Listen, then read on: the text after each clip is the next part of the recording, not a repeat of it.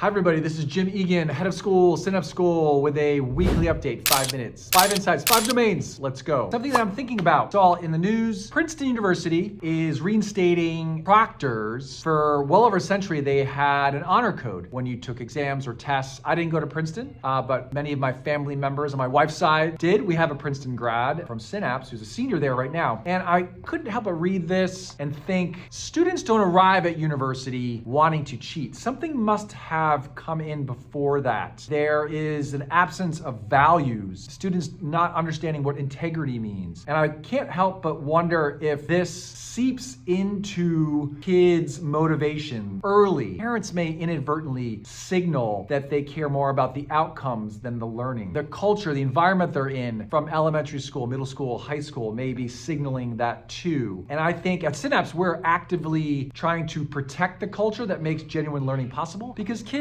who are 4 or 5 or 6, 7, 8, they don't care about the grade. They care about the bug they're looking at. They don't care about the A or the B or the C on the paper. They care about the idea they have regarding the rocket ship they want to make in our EDC. And so we're playing the long game, because I think it's harder to build in those values around integrity in learning at age 18 than it is at, say, age 8. That window is real. And I think schools should be asking the question whether they are deliberately trying to help kids make sense of academic integrity from a very early age. That's what we're doing here at Synapse. That's what I'm thinking about. Number 2, I want to give a shout out to someone the middle school kids know and love and respect, and that is Liz Rose, who is working in our SEL department. And she's an advisor, she's a teacher, she runs our community-based learning initiatives. She's ubiquitous in our middle school culture. She has worked so hard to redesign not only those classrooms, not only the experience of community-based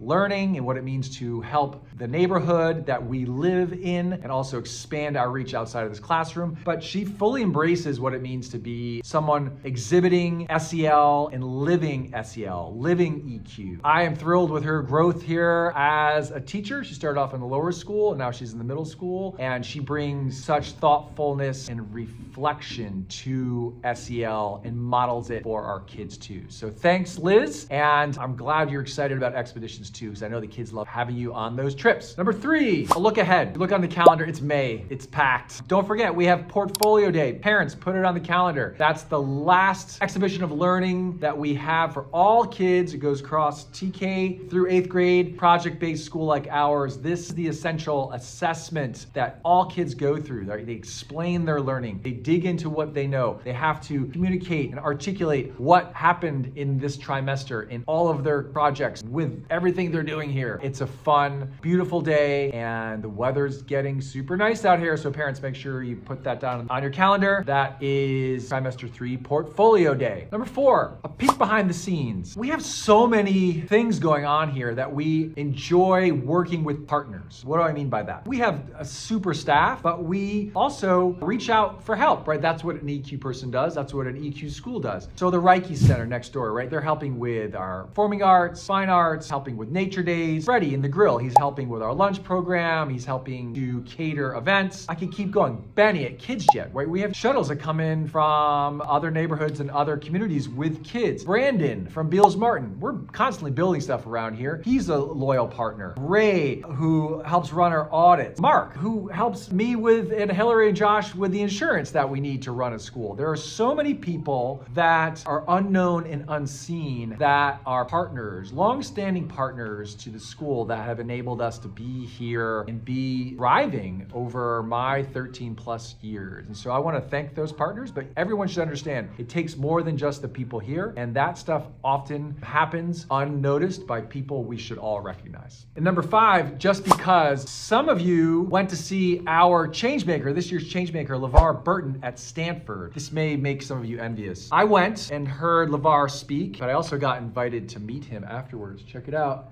Look at that.